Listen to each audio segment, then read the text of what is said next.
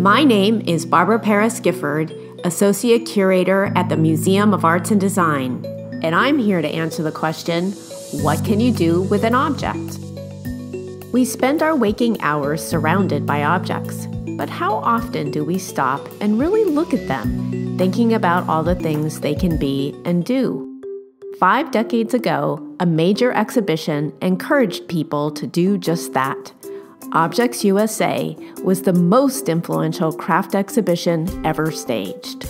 It was the collaboration of New York City dealer Lee Nordness and Paul J. Smith, director of the Museum of Contemporary Crafts, which was the predecessor to today's Museum of Arts and Design. With the backing of Sam Johnson and the Johnson Wax Company, they set out to explore the work of craftspeople across America.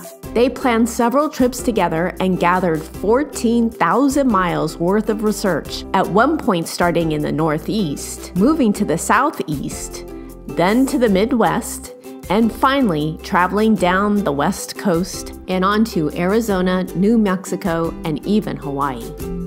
They went to the Northeast Regional Craft Fair in Mount Snow, Vermont, Penland School of Crafts in Bakersville, North Carolina, and the Pacific Northwest Arts and Crafts Fair in Bellevue, Washington.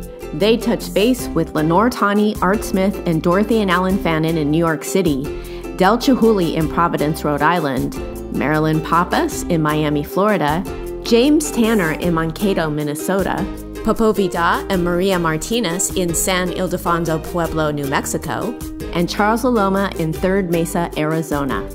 In California, they visited Peter Volkus and Bob Arneson in the north, and Ruth and Svetozar Rodakovich and Arlene Fish in the south. Altogether, they went to over 200 destinations. Additionally, artists and craftspeople sent them slides and photographs that Lee and Paul could review. In the end, about 300 artists were chosen for this watershed moment in craft. Objects USA opened with fanfare in Washington, D.C. in early October of 1969. Over a 4-year period, the exhibition traveled to 22 art museums in the U.S. and 11 in Europe, introducing audiences to the dazzling range and vitality of expression in American craft that had blossomed around the country. An instant hit, critical reviews heralded a new age of craft as art. The Washington Daily News stated, "Better than any critique, the 308 objects in this show argue the case for the craftsman as artist." The biggest publicity came in the form of a documentary film broadcast on primetime TV called With These Hands, The Rebirth of the American Craftsman. It's an atmospheric depiction of human beings who, in this age of computers and mechanization, take joy and pride in the simple act of creation.